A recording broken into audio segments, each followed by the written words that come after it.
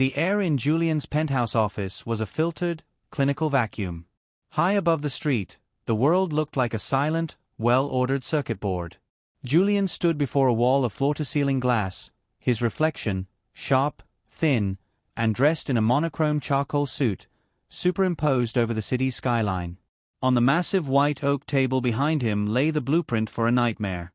It was a set of original schematics for the St. Jude Industrial Library, a 1960s brutalist monolith that rose like a tumor from the earth. The paper was yellowed and brittle, smelling of pressurized dust and old, cold iron, the scent of forgotten places where light went to die. To anyone else, the drawings were a mess of heavy concrete anchors and lightless subterranean levels. To Julian, they were a personal insult to the sky, a defiance of the natural order. "The exterior stays," Julian said, his voice flat and precise, cutting through the low-frequency hum of the room like a scalpel through flesh. He turned to the three men in the high-backed chairs, the board members of the Heritage Development Group, whose faces were carved from the same cold stone as the building itself. "The stone skin is iconic. It's the anchor. But the interior? The interior is a structural cancer that has festered too long in darkness." He tapped a digital tablet, and a 3D hologram flared to life in the center of the room, a toxic, neon-blue wireframe that pulsed like infected veins. "I'm going to have to entirely gut the old girl but keep that historic outer shell," he continued, his eyes reflecting the sharp, geometric glow like a predator's in the dark. "Every load-bearing concrete wall, every cramped reading room, every subterranean vault will be entirely gone. We completely hollow it out. We leave the stone shell and fill the center with a 7-story glass atrium. A forensic open space. When people walk in, they won't see a library. They'll see the architecture of light devouring the architecture of darkness." "And the foundation?" one of the men asked, his voice sounding like stones grinding together in some subterranean catacomb. "The sub-basements are deep, Julian. The building was designed to be a fortress against something." Julian smiled, a thin, mechanical expression that didn't reach his eyes. "The deeper the vault, the more light we pour into it. We're going to turn that underground fortress into a piece of the living thing. We're going to unhinge the darkness and let it bleed out into the light." The men exchanged a look of rhythmic, silent agreement, their expressions as unreadable as ancient glyphs. The contract was signed with a silver pen that felt like a chilled needle in Julian's hand, piercing the paper like flesh.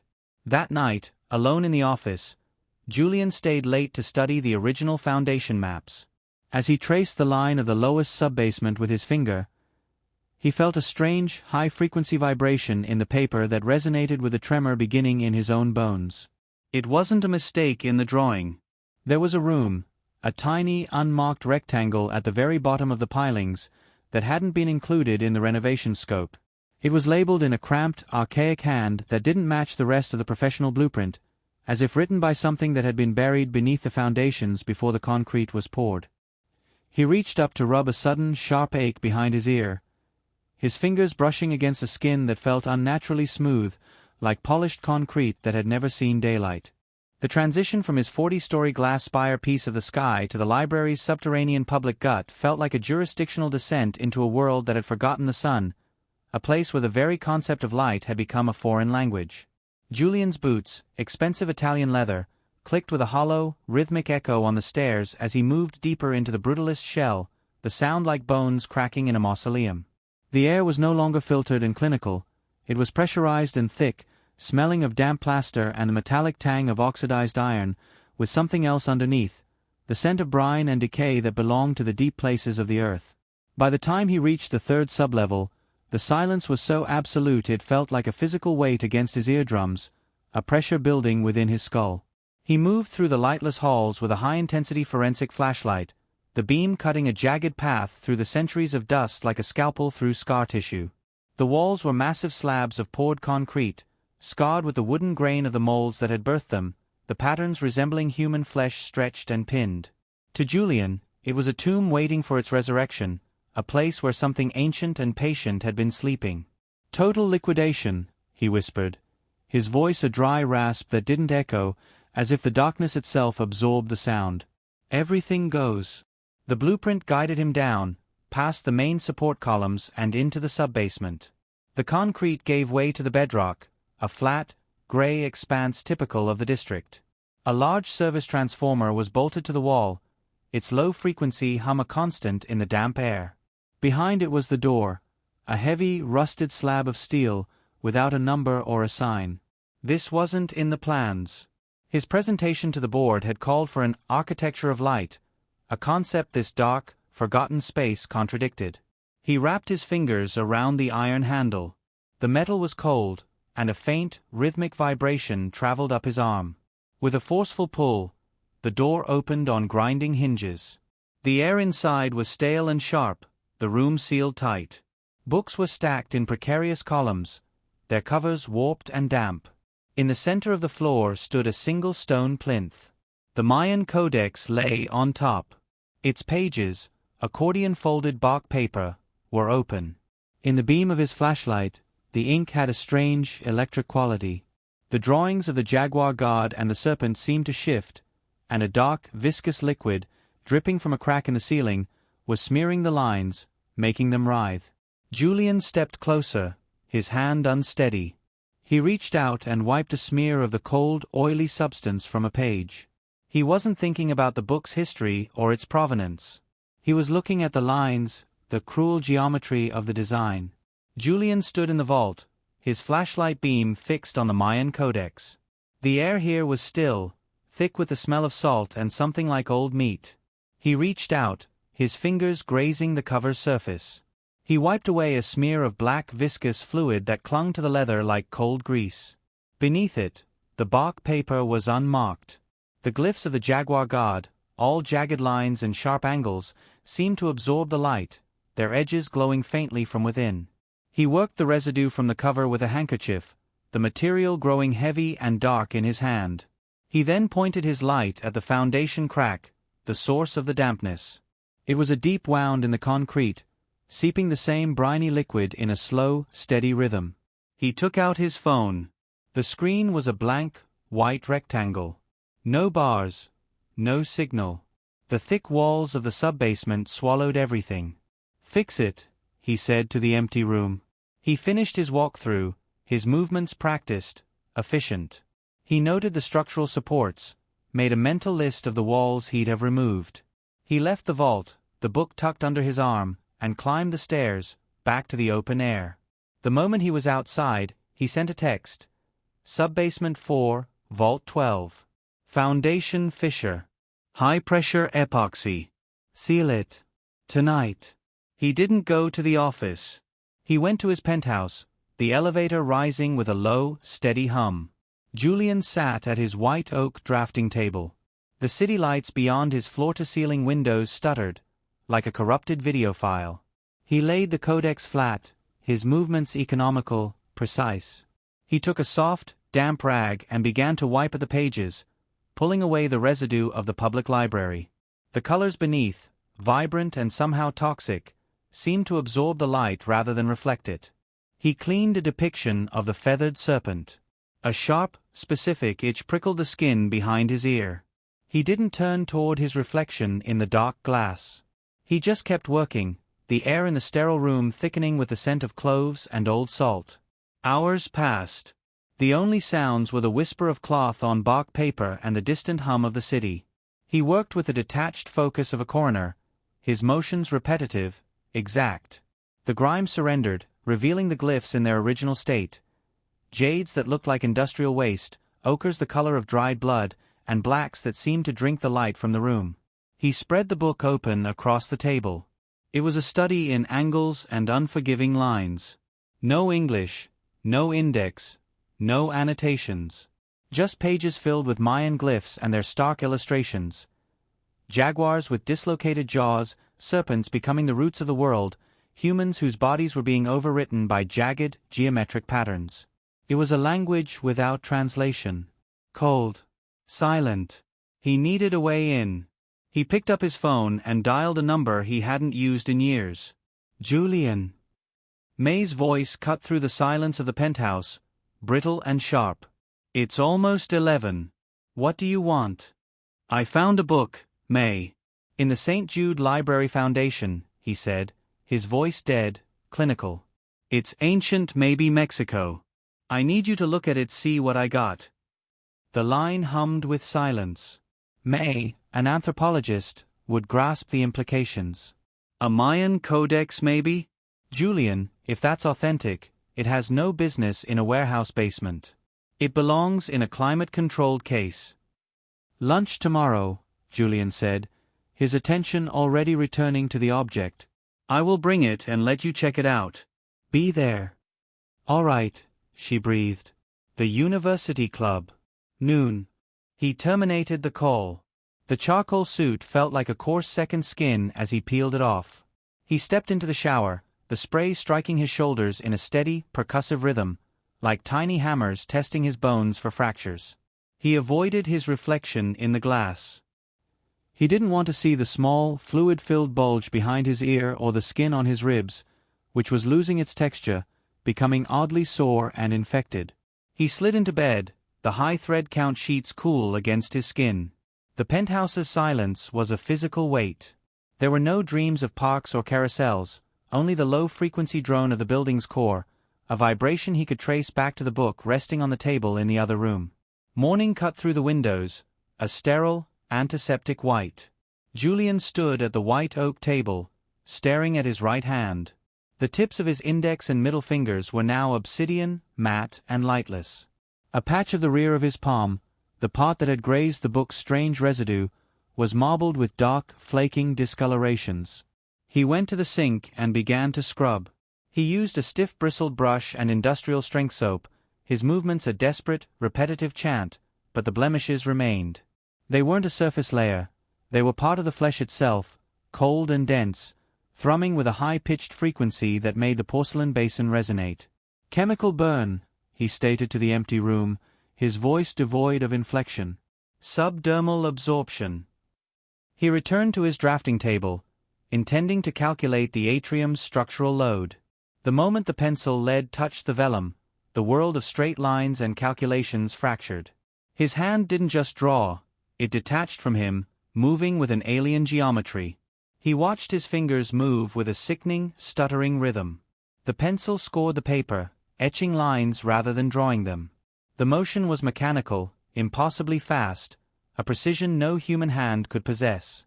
The curves were flawless, the angles unervingly acute unknowingly, the geometry from the Jaguar God's Codex seemingly grafted directly into his bones.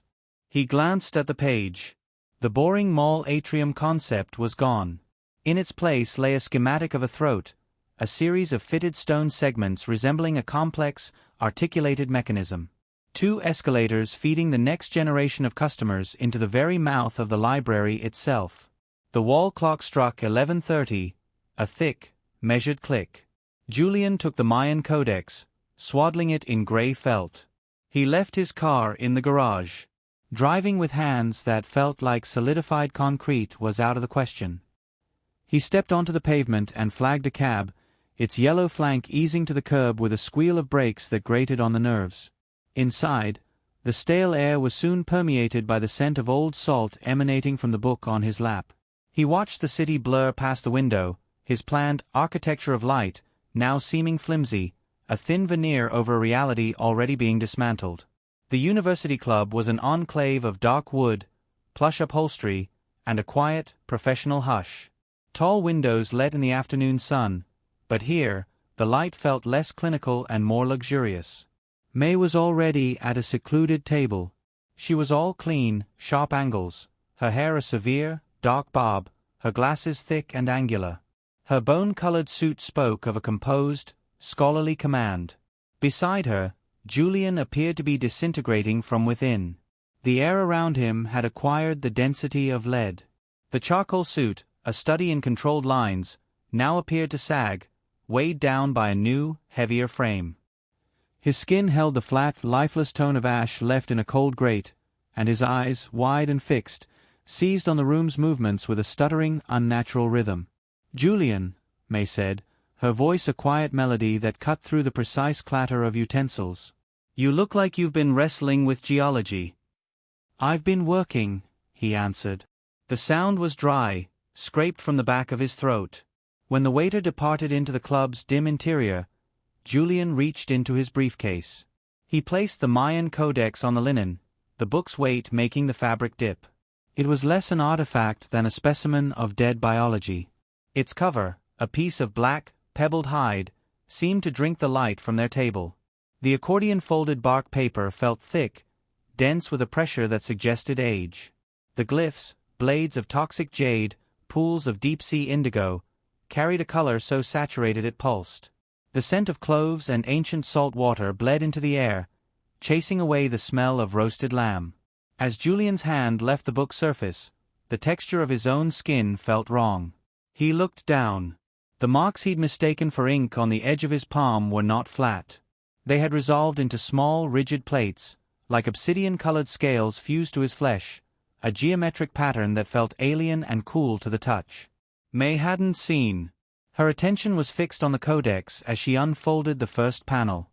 Julian, this doesn't look like a replica. Julian sat opposite May at the university club, the dark wood of the table a clear demarcation between his office on the 70th floor and her basement archives. You have to understand, Julian. The words came out flat, stripped of inflection.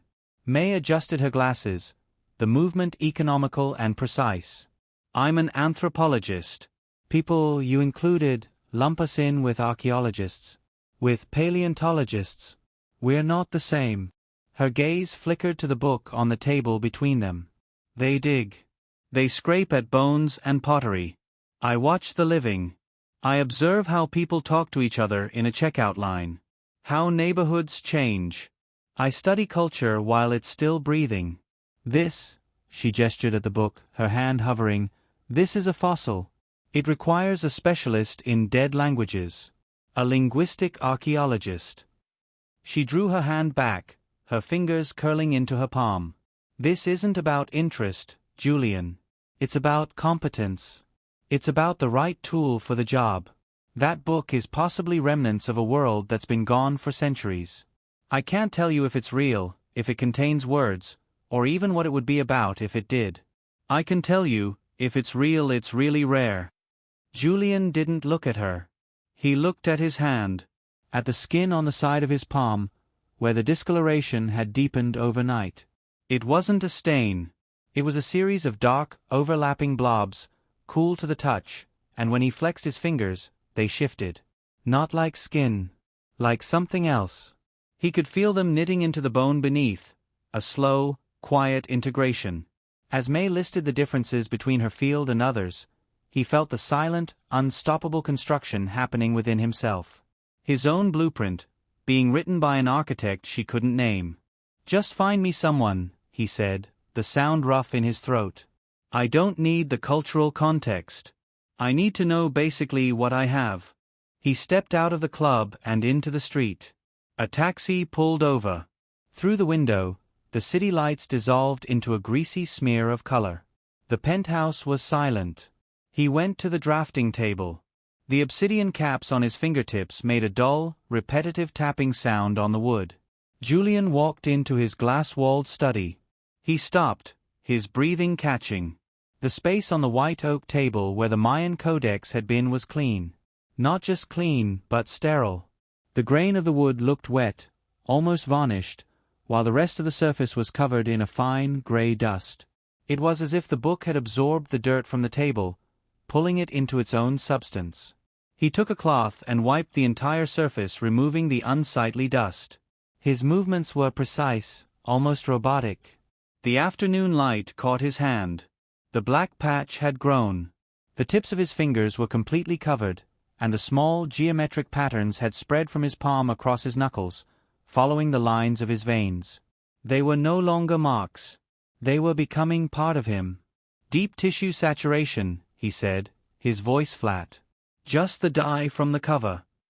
He went to the bathroom to wash it off. He turned the chrome faucet.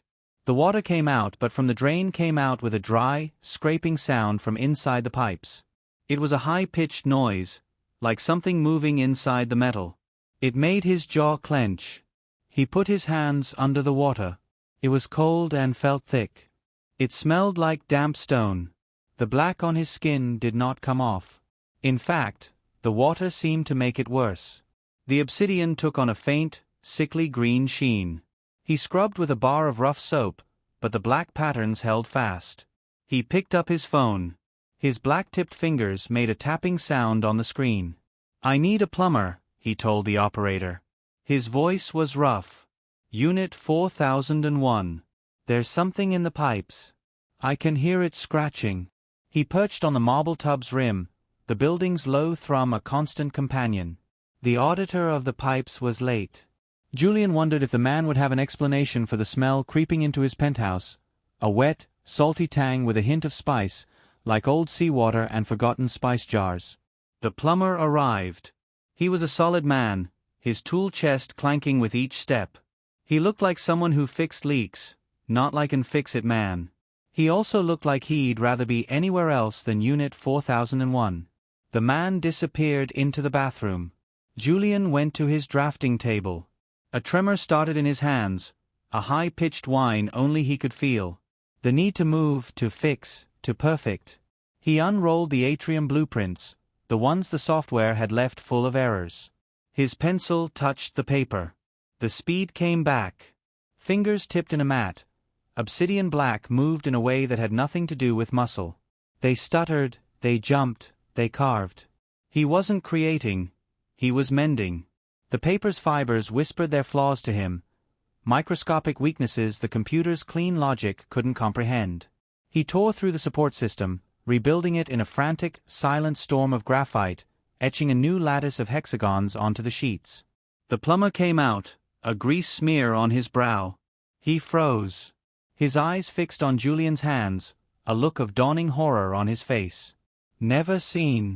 "I've never seen anyone move like that," he mumbled. "You weren't there. Just a smudge." Julian didn't lift his head.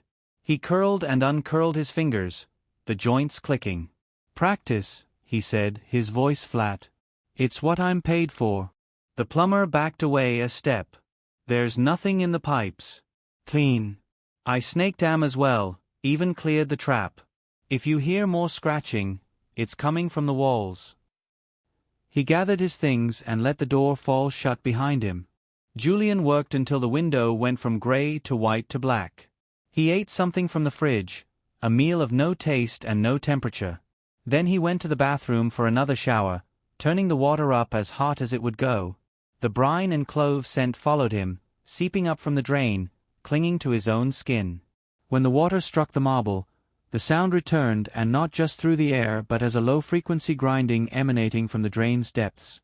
It was the rasp of countless needle-thin teeth gnawing at copper, a mechanical, rhythmic hunger that shuddered through the floor under his feet. He stood beneath the spray, salt-heavy and pressurized.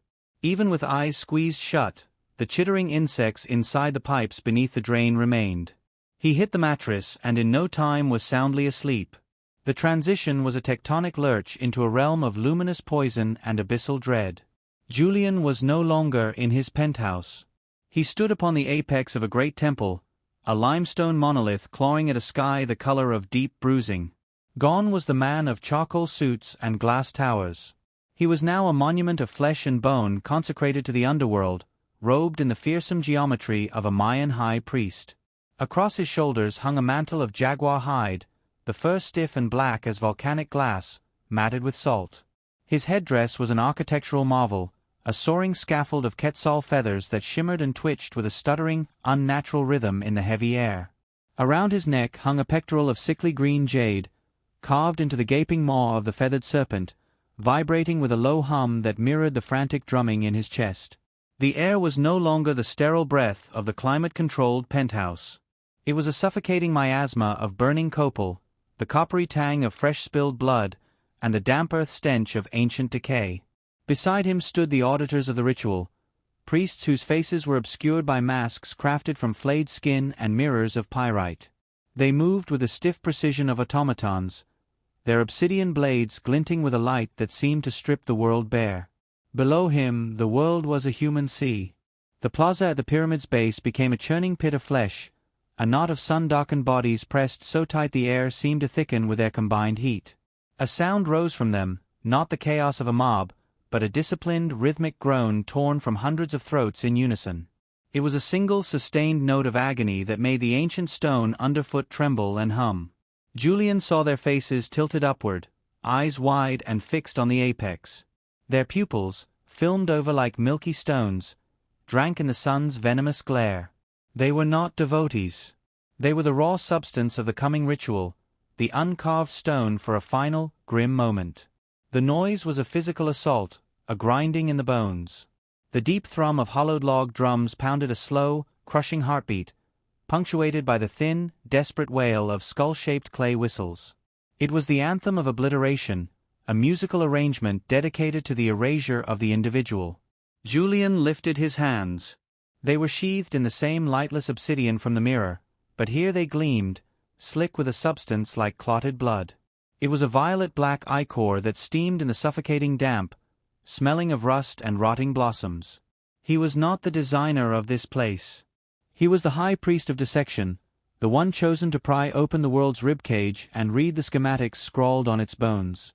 As his arms ascended, a spike of sound, sharp and piercing as glass, erupted from the crowd below. To the fires of the sun, the voice of the Jaguar god resonated, not from the air, but from the stone of the pyramid itself, a grinding tremor that passed through Julian's bones. To the core beneath the flesh. The alarm didn't wake him, the thrum did. Julian's eyes snapped open in the suffocating stillness of the penthouse, his breath catching in a new, ragged cadence. The clock was irrelevant. His gaze fixed on his arm. The industrial solvent had breached its confines. Jagged fractures of obsidian ink had crawled past his elbow overnight, spreading across his bicep in a grotesque topography. He couldn't trust the clinic's pathology. He found the phone book, a fossil he kept for just this kind of crisis, and tore through the yellowed pages with his sharpened nails, the paper splitting in his grip. He first called and made an appointment with a new doctor. As far as the insects in the pipes, he called a private diagnostic specialist across town, then a router service from the grimy industrial outskirts. "There's a blockage in the system," he told the specialist's assistant, his voice now a low, grating rumble of shifting stone. He hung up and stood in the center of his glass tomb, listening. The whispering from behind the mirror had intensified. It was now a high-pitched scraping, the sound of countless fine teeth gnawing at the building's copper veins, a vibration that resonated deep within his bones. The phone book fell from his grasp, pages fluttering to the floor. He had to find someone to unclog the pipes. The building's own man had failed him before. The memory of the clinic intruded, a sterile fragment against the vibrant horror. The doctor, a man whose soul seemed as polished and inert as his instruments, had regarded the black fissures weeping across Julian's palm, the stark, branching lines like ink poisoning beneath the skin, with clinical contempt. He saw no burgeoning divinity, only pathology in a man who could afford his consultation. With a cold, metallic snap, he had punched a core of tissue from Julian's hand, the procedure as impersonal as stamping a document. The doctor's voice scraped through the sterile air. 48 hours, Julian. He pressed a white bandage to the seeping wound, the stark rectangle a sterile brand against Julian's skin. "The site is off limits. Whatever you touched, it wasn't just a solvent. It's eating you alive." Julian staggered back to the penthouse, the elevator's descent a slow, suffocating crush. When the doors opened, silence did not greet him. It coiled, a thick, venomous thing filling the space, pressing against his eardrums. He went to the drafting table, the blackened tips of his fingers drumming against the wood, a frantic, irregular pulse. The speed was no longer a gift. It was a cage. He moved through the atrium plans in a blur of violent grace, his body a series of jarring, disjointed frames. His hands were no longer his own, possessed by a cold, calculating intelligence. They found flaws in the steel and concrete that shouldn't exist, that no human eye could perceive, his pencil gouging a terrifying new geometry into the paper. He was weeks ahead, building a tomb he didn't understand. By the time the last of the light bled from the sky, the blueprints were complete, a sprawling, malignant sigil. Another plumber came. This one was younger, with eyes like chips of flint and a belt slung heavy with iron tools. He said nothing, only fed a steel cable into the black mouth of the bathroom drain. The screech of metal against pipe was a thin, constant shriek, the sound of something alive being torn from the gut of the building. He emerged an hour later, the smell of rust and something like scorched meat clinging to him. He wiped his hands on a rag dark with filth. "There's nothing in the pipes, Mr. Julian. Not a clog, not a leak. They're clean. Too clean." He held out a greasy card. "The exterminator. He handles the things that nest in the walls, the dry places." He paused, his gaze flickering towards the ceiling.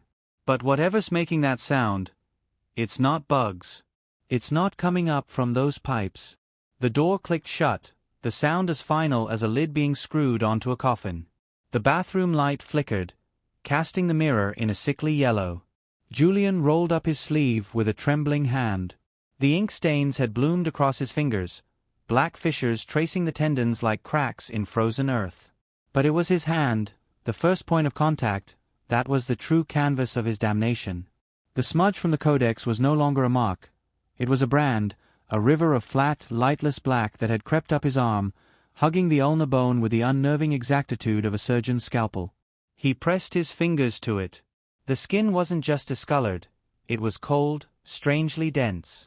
It vibrated with a low, resonant thrum, a tremor that seemed an answer to the grinding pulse still shivering up through the floorboards, a sound that had burrowed into the bones of the building itself. The penthouse was a mausoleum of glass and steel. Julian stepped into the shower, the water striking the marble with a sound like bones snapping. But the silence was a shroud. Beneath the drumming of the spray, the sound returned, not a hum, but a furious, high-velocity grinding. It was a chittering, voracious noise, like a swarm of metallic parasites devouring the pipes from within, their teeth scraping copper in a frenzy of mechanical starvation. The vibration was a tremor that climbed through the soles of his feet and into his marrow. He leaned his forehead against the tile, its chill a fleeting comfort. His own fingers, now stained to the color of a charred corpse, clawed at the inked ravine on his arm. He didn't dare look down at the drain. He knew the pipes were clear, an absurd platitude. The architecture of the deep did not bend to the will of men or their plumbing.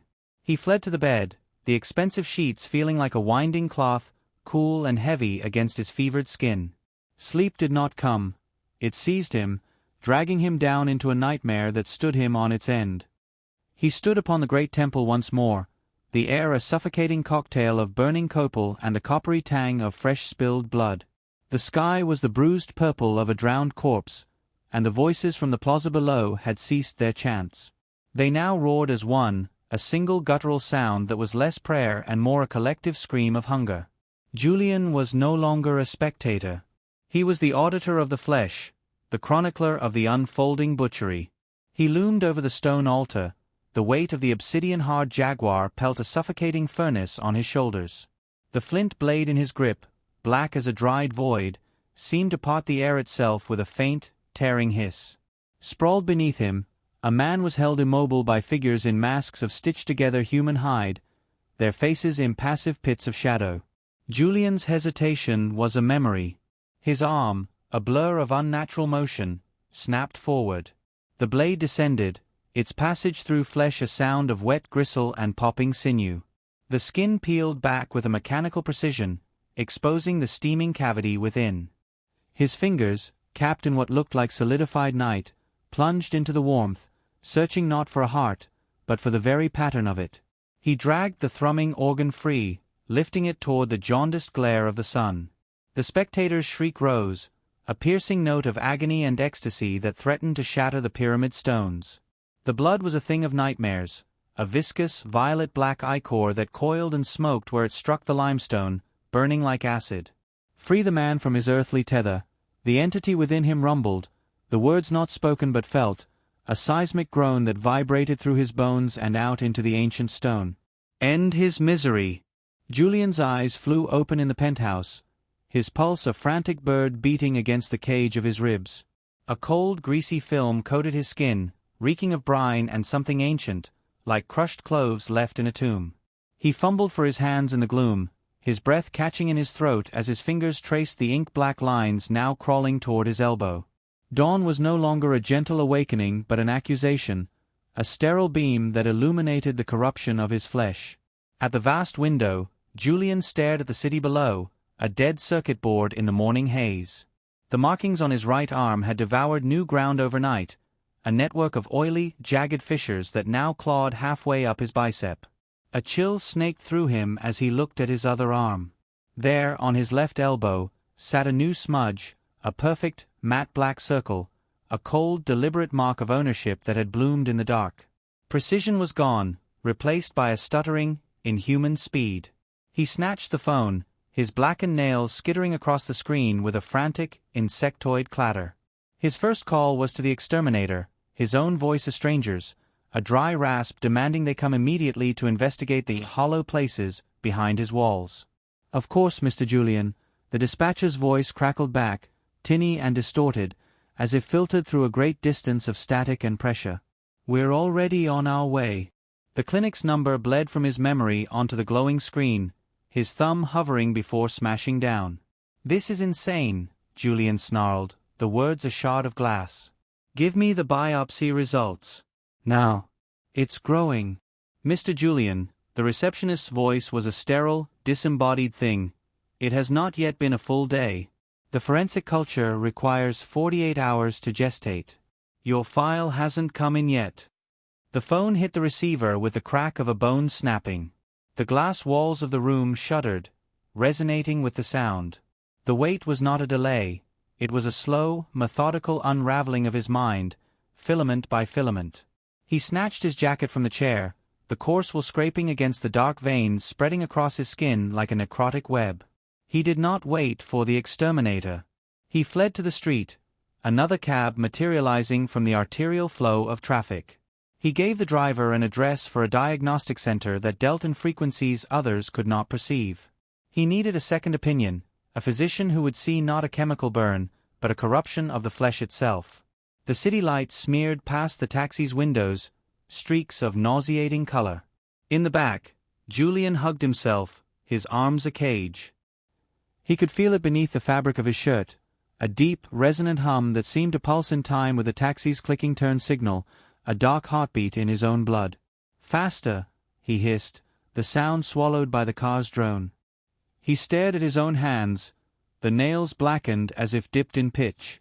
The consultation was a frantic, suffocating ballet. Specialists in their sterile white coats surrounded him, their eyes like polished stones behind magnifying lenses. They peered at the black fissures on his skin with the cold curiosity of entomologists studying a strange new parasite, their gazes making his bones ache with a hollow dread. "It's an impossibility," the lead doctor finally spoke, his voice devoid of inflection, a flat line on an EKG. "The chemical composition reads like standard tattoo ink. But the method of delivery defies logic. There are no punctures, no tracks beneath the skin. We cannot account for the migration. Ink is inert. It does not propagate. It's eating its way toward my shoulder." Julian's voice was a grating whisper, the sound of rusted metal against stone. "It's sitting under the skin like a tattoo. It's growing." The doctor adjusted his spectacles, his face an emotionless mask. "Magnification shows the pigment is static, Julian. Any sensation of movement is a neurological phantom, a trick of the mind in response to the irritant. It is merely ink. We cannot do anything about it. Besides, tattoos don't normally grow or move." They sent him away with a tube of greasy ointment and a shared, silent diagnosis of hysteria. Julian stumbled from the clinic into a world that had lost its shape, the city a jagged, gray wound. Another cab. Another cage. He huddled in the back, his jacket a flimsy shield.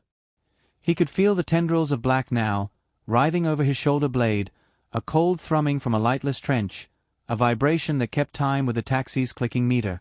When the glass door of his penthouse sighed shut behind him, the pristine geometry of his apartment felt violated.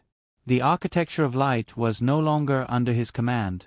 Something else was occupying the space, and it had already begun working on him. The exterminator knelt on the cold tile, a gray-clad apparition working with jerky, inhuman motions. His torso vanished into the cavern beneath the marble vanity, where a steel snake fed the dark hunger of the floor drains. "See anything?" Julian's question was a dry rasp, his knuckles, stained the color of dried blood, rapping against the doorframe in a frantic, nervous rhythm. "Just pipes," the man's voice answered, distorted into a thin, metallic shriek by the conduits. "Seals are tight. Traps are clean. No tracks, no filth. This isn't a surface problem. Whatever's chewing on your building is in its bones.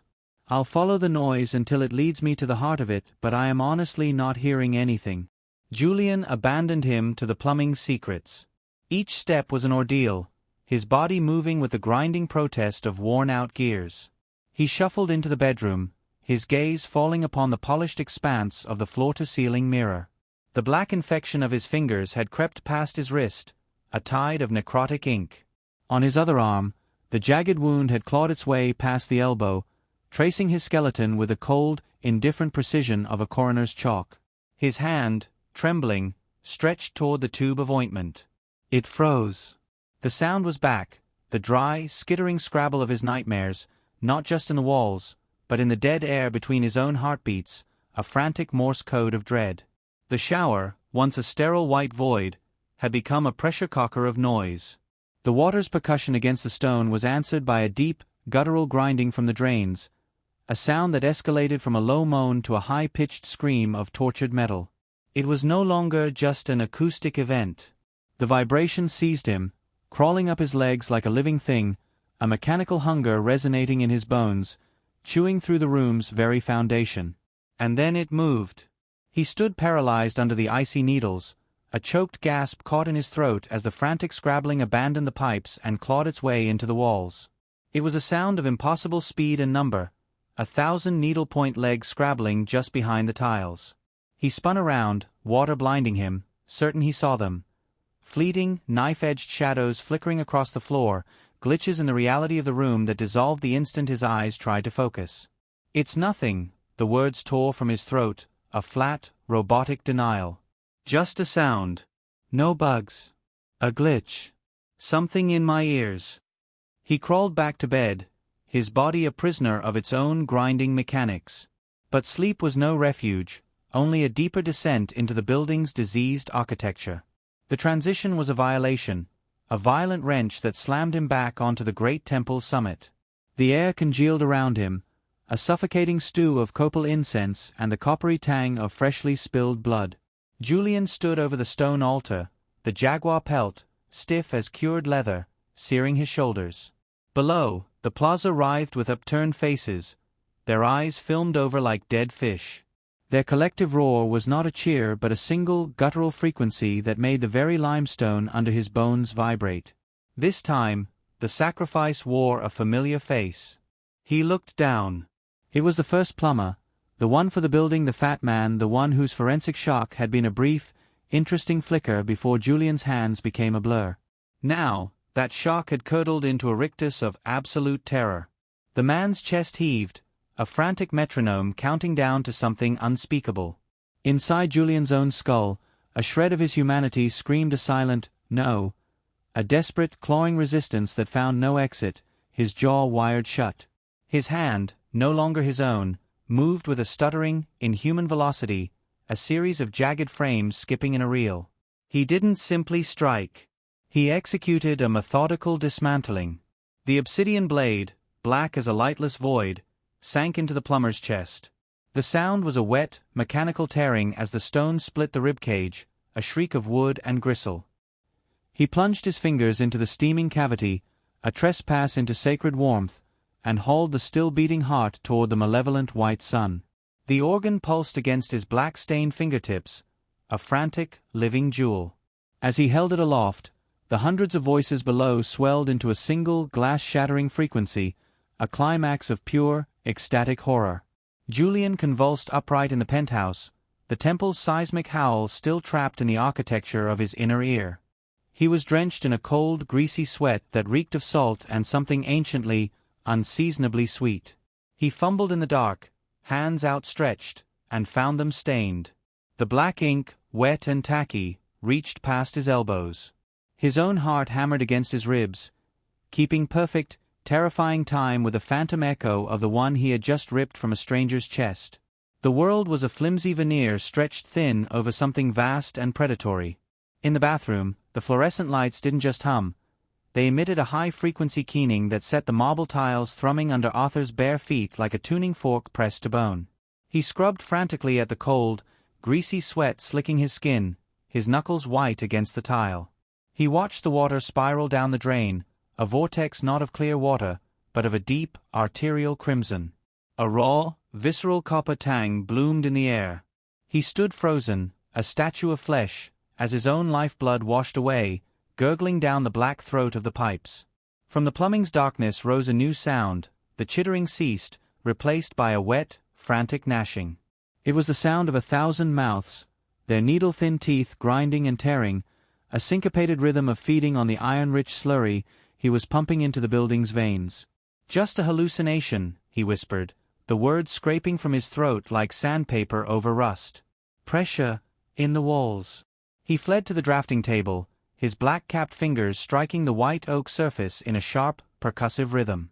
The clicks weren't random. They were a language, a frantic message tapped out to an unseen audience. When Julian called Marcus his partner, the air in the penthouse hung thick and oppressive, tasting of salt and ozone. Julian, a man carved from clean lines and professional detachment, froze mid-stride as he thumbed through the roll of papers below him. "Yeah, they are done, come pick them up." "Julian, those aren't due for at least another month." Marcus's voice was a low rumble, strained with disbelief. "The stress tests aren't even complete. No one can work this fast." "The architecture is resolved," Julian said, his gaze fixed on a point just over Marcus's shoulder. "All the weak points have been excised. The structure is sound now. Come get them." Julian went into the bathroom. The moment the door clicked shut, its finality echoing in the sudden silence, he hooked his thumbs under the hem of his shirt and pulled it up. The fabric whispered over his torso, revealing skin that was no longer soft flesh, but something else entirely, a lattice of dark, iridescent chitin, flexing with a life of its own. The black ink currents had completed their migration across his shoulders, spilling now onto his chest. No longer simple lines, they were weaving themselves into an intricate, geometric lattice. They were becoming the stark, high-contrast markings of the Jaguar Priest, interlocking plates of stone and unhinged jaws that pulsed in time with the building's own low, resonant thrum. A high-frequency ring sliced through the penthouse's oppressive silence. It was May. Her voice, a taut wire of scholarly panic, vibrated through the receiver, piercing the dull ache in his ears. "Julian, thee is coming to my office now," she said, each word clipped. "The club. 1 o'clock. I will bring your book back and let you in on what we found out." The connection died with a click. Julian's black-tipped fingers retracted from the screen. He had no time to compose himself before Marcus, his partner, arrived to collect the atrium proofs. When Marcus let himself in, the air in the penthouse hung thick and oppressive, tasting of salt and ozone. Marcus stood over the white oak table, his movements measured, almost reverent, as he unrolled the vellum. His studied detachment evaporated the moment his eyes registered the drawings. "Julian, this can't be real," Marcus breathed, his gaze tracing the honeycomb structure, the brutal, perfect geometry etched into the paper. "This must be your magnum opus. It's not a redesign. It's a transfiguration. The simulations couldn't have predicted these stress factors." "I know they're done." Julian's voice was a hollow monotone. He said nothing of the way his hands had moved, a stuttering, inhuman motion that skipped frames of reality. He watched as Marcus, with a final, disturbed look at Julian as if he were a contaminant in the sterile office, rolled up the plans and fled toward the glass door. Julian pulled on his charcoal jacket, the thick fabric a poor veil for the black ink ruptures now branding the Jaguar Priest sigil across his sternum. He descended, the elevator's fall a percussive, hydraulic pressure building behind his eyes. In the lobby, the building manager, a man whose skin resembled crinkled vellum, intercepted him. "Mr. Julian, a moment," the man rasped, his voice the sound of stone grinding on stone. "The plumber. The one from the building maintenance crew? His body was found last night, across the city. They say he was liquefied. The police are absolutely stumped and can't find the cause." The lobby's air grew thick, tasting of salt and the cold of the deep earth. A seismic tremor vibrated through Julian's bones, a phantom memory of an obsidian blade plunging into a steaming, hollowed-out chest. Unfortunate, Julian grated, the words scraping his throat. He was a competent team member. He fled past the manager and plunged into the harsh, sterile glare of the street. A cab lurched to the curb, the yellow metal screeching like a wounded animal. Inside, the enclosed space quickly soured with the scent of ancient brine and cloying cloves, a stench that clung to him, seeping from his very pores. The lunch at the university club dissolved into a muted, predatory hush. Julian sat opposite May, the clink of silverware against china a series of percussive, clinical blows against his skull. She no longer regarded the Codex with a scholar's detachment, but with the primal revulsion one reserves for disease and decay. She pushed the book across the starched white linen, her fingertips hovering just above the matte black Jaguar skin as if it were a hot stove. "Take it, Julian. First thing is this is truly real," she breathed, the words a low, guttural vibration. However, my colleague never completed his assessment. He claimed the glyphs weren't just historical records. They were a formula for some rite. It broke him, Julian. He refuses to even speak its name. She offered him a slip of paper, a single name scrawled beside a Chicago area code. "This man deals in cursed relics. The things museums lock away and forget. Call him. Get that book out of your life before it roots itself there." They concluded their meal in a funereal silence. Julian said nothing of the plumber, of the ink-black veins now tracing the Jaguar Priest's patterns onto his own flesh. He simply took the book, its mass in his bag feeling like a cold, sinking stone pulling him toward the abyss. Another cab ride brought him back to the penthouse, the city lights outside a constellation of sickly, yellow pinpricks in a shroud of gray. When he entered his glass cage, the air felt thick, heavy with a metallic tang of blood and salt. He went directly to the drafting table. His breath caught, a shallow, ragged rhythm of fear. The precise rectangle where the Mayan Codex had rested for 2 days was still unervingly, impossibly pristine, the polished oak glowing with an unnatural vitality. The rest of the surface, however, was now coated in a thick, granular film of gray dust that seemed to have bled from the atmosphere itself. Julian snatched a rag, his movements jerky, almost robotic, as he scrubbed at the surface. His mind was a frantic void, focused only on the obscene necessity of cleanliness. Once the wood was wiped barren, he set the Codex back in its original position. The matte black cover seemed to drink the last of the afternoon light, creating a pocket of deeper shadow on the table. He withdrew his hand. The blackness on his fingertips had deepened, coalescing, and the tendrils creeping up his arm now thrummed with a low, insistent, predatory hum. The bathroom's stark, fluorescent glare made a theater of Julian's terror. His breath hitched, ragged and shallow in his own ears. He stared down at his hands. The blackened tips of his fingers were retracting, the ink-like stains on his wrists dissolving back into the pale, untouched skin of a man who belonged to the world of glass and steel. A sliver of something almost like hope pierced him, a clean slate, a reprieve. Then his fingers, trembling, found the buttons of his shirt. The hope curdled and bled away. The darkness hadn't departed, it had simply burrowed deeper. Across his chest, coiling around his ribs and stomach, the black lines had congealed into a permanent, terrifying architecture. They were no longer mere stains, but intricate, interlocking sigils that seemed to absorb the light, glowing with a faint, bruised violet luminescence. He lunged for the Codex on the drafting table, its heavy pages trembling as he fanned them out. His fingers stabbed at the illustration, the Jaguar Priest perched atop a limestone ziggurat. The glyphs carved into the stone effigy were a horrifying duplicate of the design now branded into his very flesh. Every razor-edged glyph, every unhinged maw, every fang was mirrored on his torso with a cold, inhuman accuracy. Decision, cold and sharp, sliced through his panic. Julian snatched his phone and stabbed at the number May had given him. A voice, thin and raspy, like grinding stones, answered from the Chicago darkness. "Elias.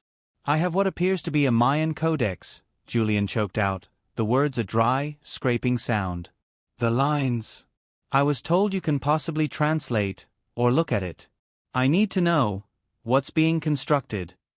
A long, heavy silence pressed back from the other end, thick with unspoken knowledge.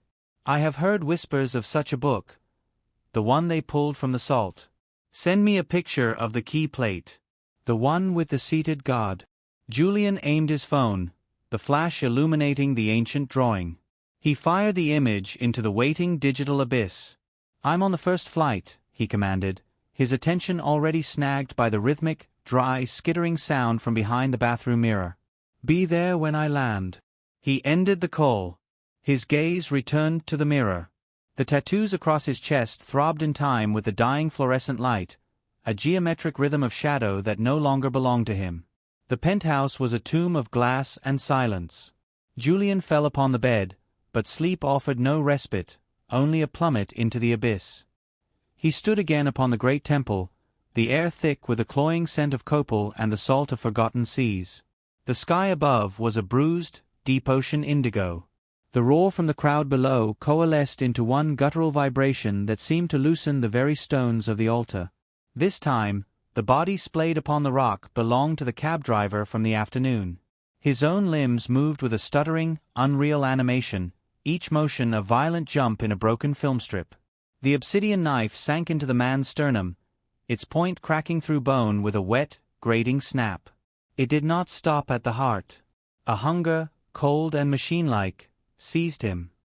He wrenched the still-beating organ toward the poisoned sun and pressed it to his lips, gulping down the viscous, violet-black ichor that pumped from it. The taste was a cocktail of bitterness, of aspirin, of copper, of an ancient rot. He jackknifed upright in the suffocating dark, the phantom flavor of blood a metallic tang on his tongue. He lurched from the bed, his joints protesting with a stiff, unnatural creak, and collapsed over the cold marble of the toilet. He retched, a spasm so violent it felt like his throat was tearing itself apart. It was not bile that came up. It was clotted, curdled blood, dark, gelatinous chunks that looked like the spoiled cheese eyes from his first nightmare. He stared into the bowl, his breath coming in shallow, ragged pulls. Crimson streaks covered his hands and face, a grim residue proving the dream's reach had extended past the edge of his skull. He rose, his vision shattering into a strobing mosaic of 1,000 images. He began to scrub the filth from his skin.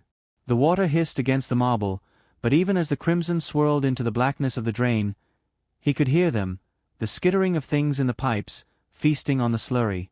Then, from the front door, a sound. 3 sharp, deliberate knocks. Wood against wood. Patient. Knowing.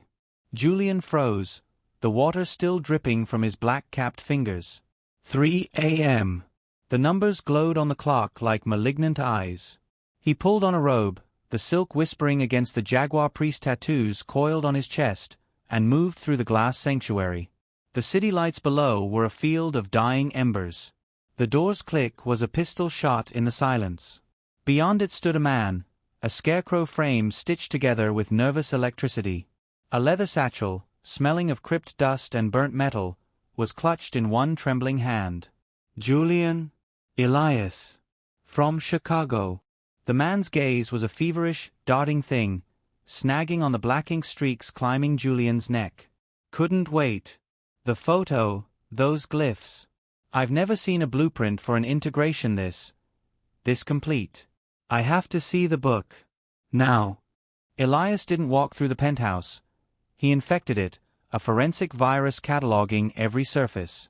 His focus was a razor's edge aimed at the Codex. He didn't read the pages, he dissected them, his phone camera clicking in a high frequency, insectal staccato, each flash burning the jagged glyphs into its memory. Immortality, Julian, Elias breathed, the words a low hum vibrating with something that wasn't fascination. It was appetite. This isn't a history. It's a schematic for a biological overwrite. The rituals aren't about death. They're about integration. They weren't worshipping the gods here at all. They were joining them in an immortal bliss. A vessel of stone and obsidian, waiting for a tenant. Julian sat at the drafting table, the black ink on his chest a living map beneath the robe's thin fabric, throbbing in time with a pulse he didn't recognize. Tell me about the blood, he rasped, his voice a dry grate of stone on stone. "Tell me about the heart."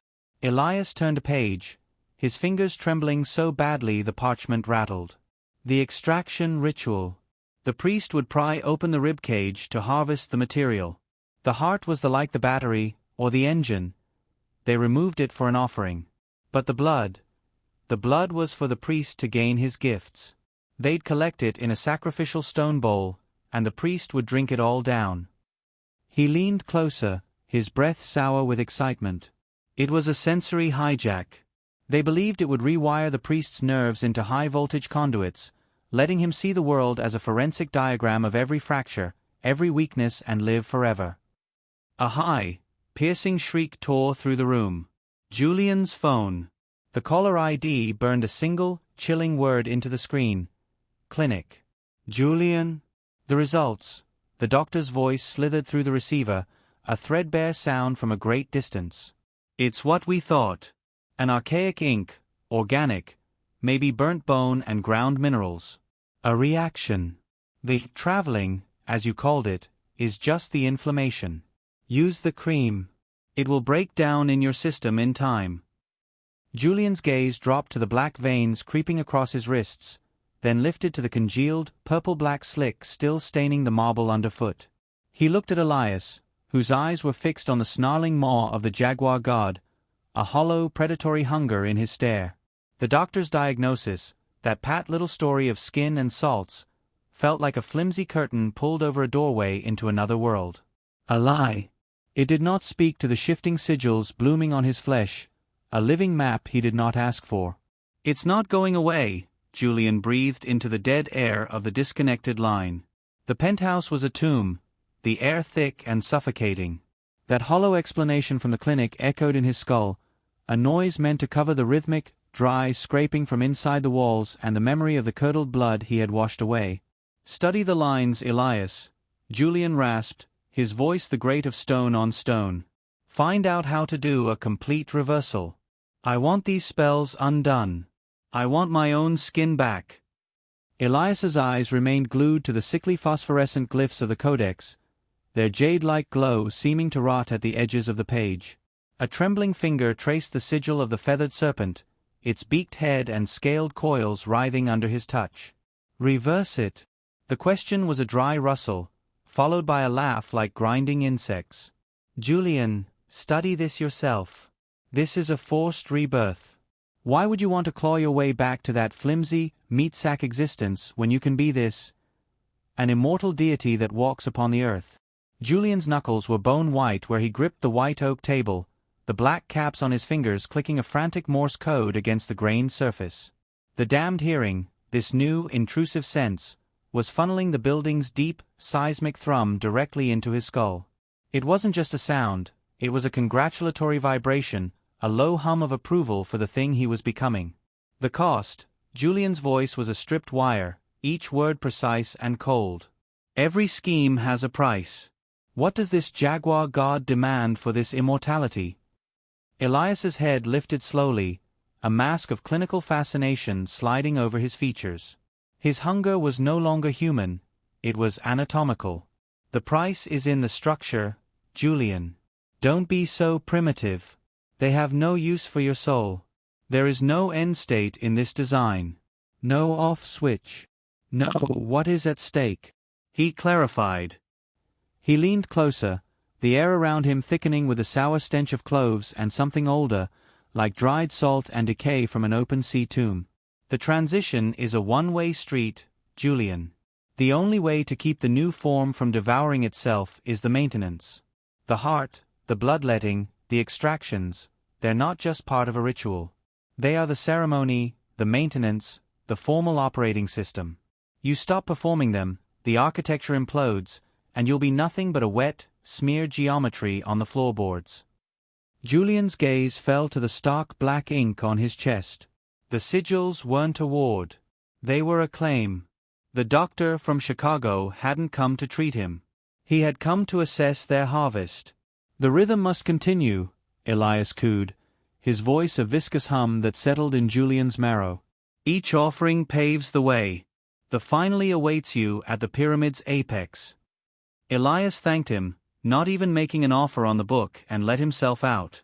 Julian crumpled onto his mattress, the sheets clinging like damp mortuary cloth. Sleep was not a gentle tide but a deliberate drowning, a jurisdictional plunge into the suffocating indigo abyss. He stood upon the great temple's summit. The air, thick with the sweet rot of copal and the metallic tang of the flesh-architecture, was a cloying shroud. Below, the roaring multitude congealed into a high-frequency, expectant hush. The auditors, their faces obscured by flayed skin masks, retreated with practiced reverence, leaving the path to the altar stark and exposed. Julian lifted the matte-black flint blade, his movements a staccato, mechanical horror. But his gaze fell upon the sacrificial person writhing against the stone, and the clinical numbness fractured. It was May. She was not a schematic or a calculation. She was flesh and breath, her eyes vast pools of pure, human terror, an alien agony in the midst of this ancient, cyclical nightmare. A tectonic groan echoed in Julian's soul. To pry open her ribcage here, in the brine-slick dark of this dreamscape, meant no sterile, delayed verdict. She would simply be erased from the waking world, her last breath drawn in the hallowed halls of the University Club. His black-gloved fingers spasmed. The grinding gears of his will seized. His arms fell limp, the flint blade clattering against the limestone with a sound like a bone snapping. "No," he choked, the word a dry, fractured stone in his throat. The crowd's silence became a physical pressure, a hungry void. From the umbral depths behind the Jaguar god's throne, a figure detached itself from the shadows, moving with a liquid, rhythmic blur. Julian saw nothing, only felt the invasive, surgical cold of steel punching through the base of his skull. The blade ripped through his vertebrae, tearing through sinew and gristle with the savage finality of a butcher's cleaver splitting bone. Julian didn't just die, his existence came undone, spilling out in a gush of crimson and tissue. The body, once a rigid monument of flesh, now felt like a bag of broken glass, held together only by the twitching, dying nerves that screamed in silent agony. He collapsed onto the stone, his limbs twisting into a grotesque mockery of human form, a violent puppet with its strings cut. The impact sent a sickening jolt through his frame, the sound of his own bones cracking against the ancient altar like ice shattering on frozen ground. A cloud of dust, thick with the coppery stench of fresh blood and the acrid tang of spilled bile, rose around him. He couldn't breathe. He couldn't scream. He was a trapped thing, a prisoner in his own cooling meat, forced to watch the sky bleed a toxic, jaundiced white as the sun clawed its way over the pyramid's apex. From the suffocating gloom behind the altar, two jaguars materialized. They did not walk, they glitched forward, their forms flickering and skipping across the space in impossible, stuttering lurches. Their pelts were a starless void, a light-devouring black that drank in the harsh morning glow, and their eyes burned with the bilious green glow of rotting meat in a charnel pit. The first jaguar was upon him in a single, unnatural bound, its paws making no sound despite their crushing weight. The teeth were the first sensation, not a bite, but a violation. Its jaw dislocated with a wet, popping crunch, gaping wide before it slammed shut on his head. The pressure was titanic, a geological force that threatened to crush his skull to powder. He could hear the grisly scrape of fangs on bone, the wet, tearing sound as they punched through the soft tissue beneath, burrowing into the pulp of his brain. The pain was a white-hot inferno, a symphony of agony conducted by nerves no longer connected to a body that could react. He was a living cadaver, fully conscious as they began their work. They dragged him from the altar, his mangled limbs scraping against the stone, leaving a slick, dark smear of blood and viscera that hissed in the cool air. The rough ground peeled back his flesh in long, flayed strips, exposing the gleaming white of bone and the quivering red muscle beneath. As they hauled him into the Stygian blackness of the temple's maw, he saw the auditors advance, their movements unervingly precise, their blank faces turning as one to May, a statue of terror. Another priest, his voice the sound of grinding gravel and grit, raised the obsidian blade high. The architecture demanded its blood, if not from the master's hand, then from the failure he had created. In the suffocating dark, the jaguars became a whirlwind of frenzied dismemberment. The air grew thick, heavy with the metallic tang of blood and the sour reek of exposed organs. Claws, like serrated hooks, sank into his chest, ripping it open with the sound of wet canvas being torn, revealing a gruesome tableau of pulsating tissue and splintered bone. He felt his arms being wrenched from their sockets, the sound a wet, explosive pop, followed by the dry crack of snapping ligaments. Every nerve was a live wire, shrieking its final song of agony into the oppressive silence. This was not a feast, it was an extermination, a systematic reduction of man to meat and bone, his materials being repurposed to reinforce the temple's foul foundations. The jaguars worked with the chilling efficiency of automatons, their movements a brutal, synchronized dance of death.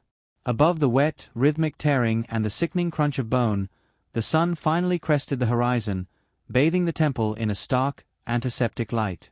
The light was a scalpel, cutting through the shadows to expose the full horror of his dismemberment in all its gory detail. Julian, or the bleeding, broken thing that had been him, stared into the blinding glare until his vision finally, mercifully, dissolved into an endless, silent black.